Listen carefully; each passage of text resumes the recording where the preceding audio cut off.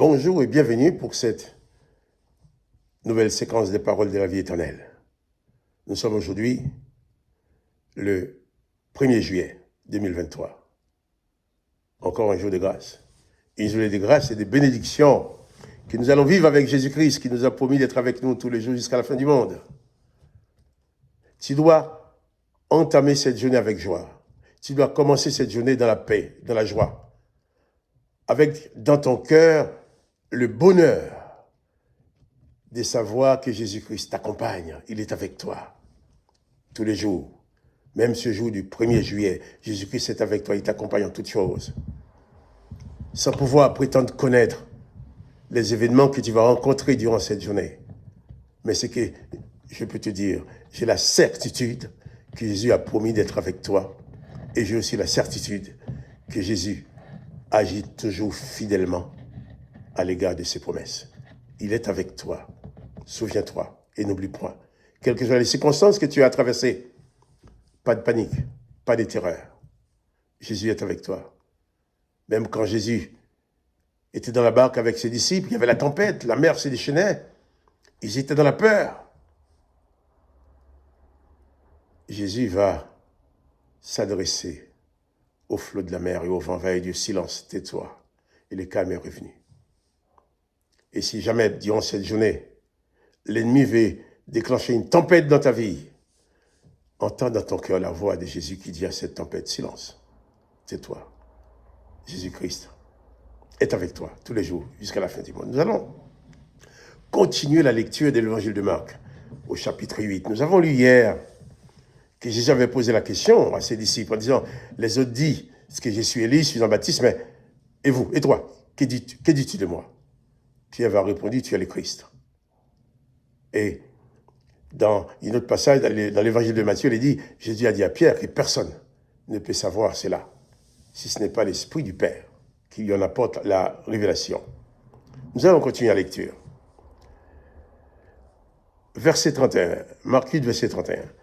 Alors Jésus commença à leur apprendre qu'il fallait que le Fils de l'homme souffrit beaucoup et qu'il fût rejeté par les anciens, par les principaux sacrificateurs et par les scribes, et qu'il fut mis à mort, et qu'il ressuscita 3 jours après. Il leur disait ces choses ouvertement. Et Pierre, l'ayant pris à part, se mit à le reprendre. Mais Jésus, se retournant et regardant ses disciples, réprimanda Pierre et dit, « Arrière de moi, Satan, car tu ne connais pas les choses de Dieu. Tu n'as pas des pensées.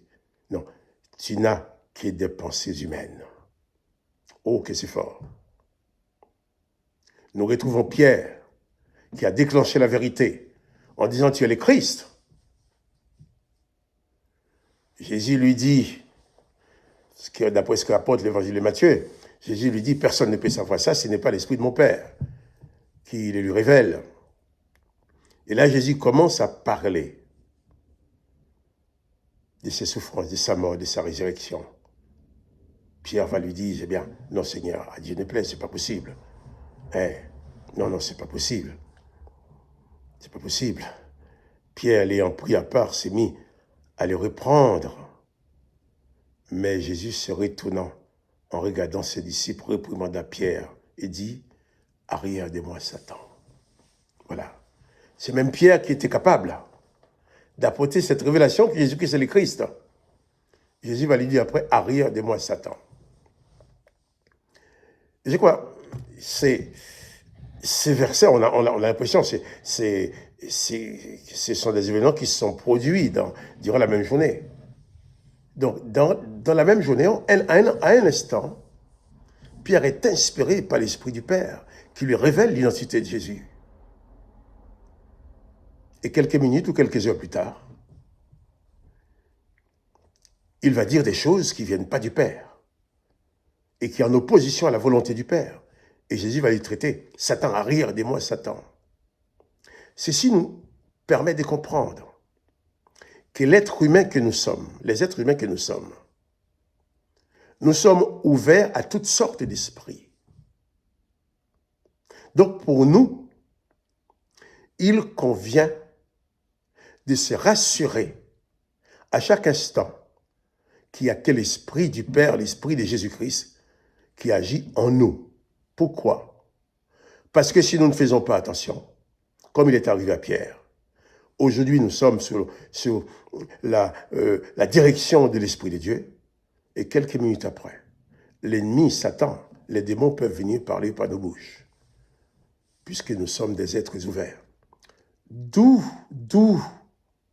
l'enseignement de Jésus dans l'évangile de Matthieu qui dit, Matthieu 28, « Faites de toutes les nations des disciples, baptisez-leur au nom du Père, du Fils et du Saint-Esprit, et surtout, enseignez-leur à observer tout ce que je vous ai prescrit. » J'appuie sur « je ».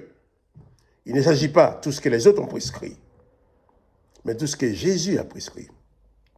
C'est qu'en connaissant l'enseignement de Jésus, en connaissant sa parole, en connaissant son identité, en connaissant ce qu'il attend de nous, que nous pouvons être sûrs à chaque fois de ne pas être animés de mauvais esprits. De quel esprit êtes-vous animé? Si, justement, tu prends conscience que Jésus-Christ est toujours avec toi, tu vas toujours tenir compte de la présence de Jésus-Christ dans ta vie, alors aucun démon, ni Satan, ne pourront utiliser ni ta bouche, ni ton corps pour faire quoi que ce soit. Parce que si Jésus habite ton corps, les démons vont fuir. Attention, c'est pour ça que Jésus dit, veillez et priez, afin de ne pas tomber en tentation. Matthieu 26, verset 41. Afin de ne pas tomber en tentation, car l'esprit est bien disposé, mais la chair est faible. Cette chair est capable de devenir la porte-parole du diable, comme malheureusement il existe beaucoup de personnes qui sont malheureusement tombées dans ce piège, qui viennent des porte-paroles de Satan, des porte-paroles de mauvais esprits, qui va inspirer aux autres les mauvaises choses, qui va les encourager à commettre le péché, à commettre toutes sortes de fautes, qui va les encourager à faire des choses qui sont contre la nature, contre Dieu lui-même. Et aujourd'hui, les mauvais esprits sont les puissances de Satan. C'est des chaînes dans ce monde. Au point où on entend aujourd'hui, il y a des choses, même en France ou partout, qui étaient condamnables. On condamnait les gens qui commettaient ces choses-là. Et aujourd'hui, on condamne les gens qui s'opposent à ces choses-là. Qu'est-ce qui signifie? On a transformé les choses. On a appelé le mal bien et le bien mal. Il y a certains péchés que les gens commettent. Aujourd'hui, si tu dénonces ces péchés-là, tu peux être condamné par la loi française. Pas seulement la loi française, de tous les pays. Parce que c'est la mode. C'est la mode maintenant, il faut que tout le monde applaudisse le péché, applaudisse le mal. Si nous ne voulons pas être esclaves des puissances des démons, attachons-nous fortement et exclusivement aux enseignements de Jésus-Christ. Alors, nous pourrons avoir toujours la certitude que nous sommes animés, toujours dirigés par l'Esprit de Dieu, l'Esprit de Jésus-Christ, qui ne nous conduira pas à commettre des œuvres qui sont en opposition à l'enseignement de Jésus-Christ. Et Jésus-Christ n'aurait pas à nous dire « arrière de moi, Satan ». Satan n'a aucune place dans ta vie. Il faut que tu le saches. Et quand ils viennent te souffler dans tes oreilles, ses œuvres, ses paroles, te donnent des conseils pour faire des choses, tu dis « ah oui, je sens dans mon âme, je sens dans mon cœur, j'ai envie ». Non, j'ai envie de faire telle chose, mais est-ce que cette chose correspond à la volonté de Jésus-Christ pour moi? J'ai envie de prendre telle décision. Est-ce que cette décision est conforme aux enseignements de Jésus-Christ ou est-ce qu'elle y est opposée? Nous devons veiller à ce que nous ne passons pas notre temps à chanter, à proclamer le nom de Jésus aujourd'hui et à servir Satan demain.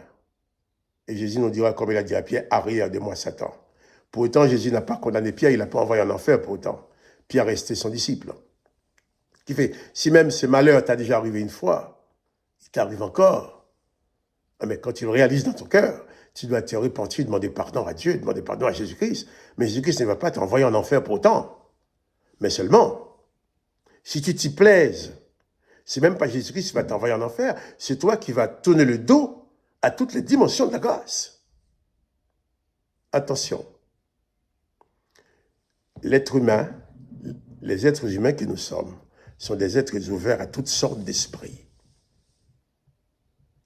Tu dois veiller à chaque moment de ta vie pour savoir quel esprit t'anime. Et je souhaite pour toi et pour moi aussi qu'il soit toujours l'esprit de Jésus-Christ, afin que nous n'entendions pas la voix du Maître qui nous dit « Arrière de moi, Satan ». Nous ne sommes pas des serviteurs de Satan. Nous sommes des serviteurs de Jésus-Christ, des enfants de Dieu. Au travers de Jésus-Christ, nous sommes devenus fils de son Père. Alors, garde dans ta vie, durant cette journée, durant toute ta vie, garde cette certitude de la présence de Jésus-Christ dans ton cœur. Et tu verras, quoi qu'il arrive, tu n'auras pas besoin de te laisser emporter par la panique et par la peur. Pas de panique. Jésus-Christ est avec toi. Souviens-toi. Et n'oublie pas. Et veille toujours à être sûr que l'esprit qui t'anime est celui de Jésus-Christ. Que le nom de Jésus-Christ soit béni. Que toi aussi, tu sois béni. Et n'oublie pas que Jésus-Christ est avec toi tous les jours, jusqu'à la fin du monde. Je te dis au revoir. À demain pour une autre séquence.